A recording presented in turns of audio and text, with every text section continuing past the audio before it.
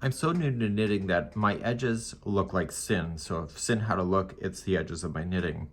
And I've come to understand that if I change the way that I start a row and just slip stitch it purl-wise, I can have a nice cleaner edge.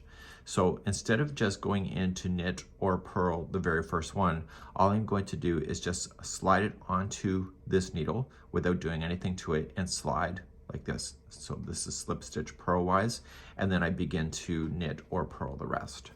And what this is doing is that it's keeping that edge to have like a really good look instead of the first one being kind of different in tension.